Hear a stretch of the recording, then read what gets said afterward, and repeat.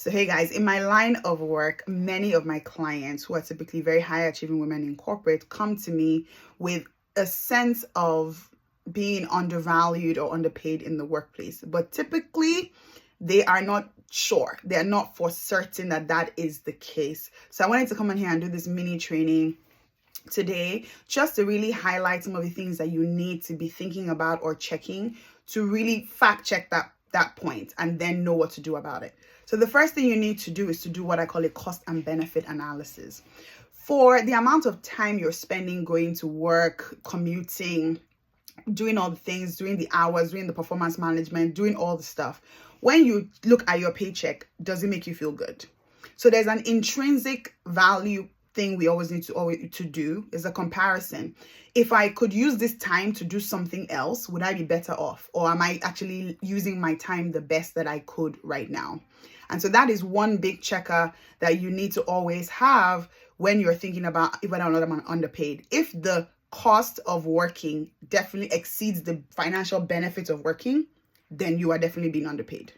So the other thing I want you to do is do a real wage check. If your take home is not taking you home, then it's likely that you're being underpaid. And this can happen for two reasons. Number one, economic inflation. We are all experiencing, obviously, like what they've been calling a cost of living crisis.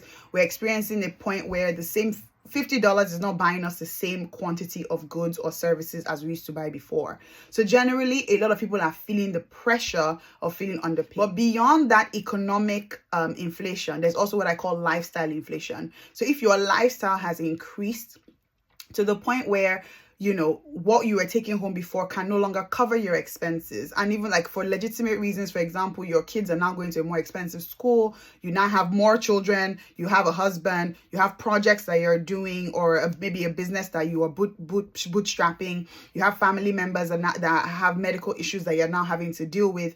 Those are all legitimate reasons for what I call lifestyle inflation. And so if your lifestyle has expanded beyond where your pay has expanded, then you're likely feeling underpaid and undervalued in your workplace. And that's definitely one point for you to check. Like, am I being underpaid for this reason?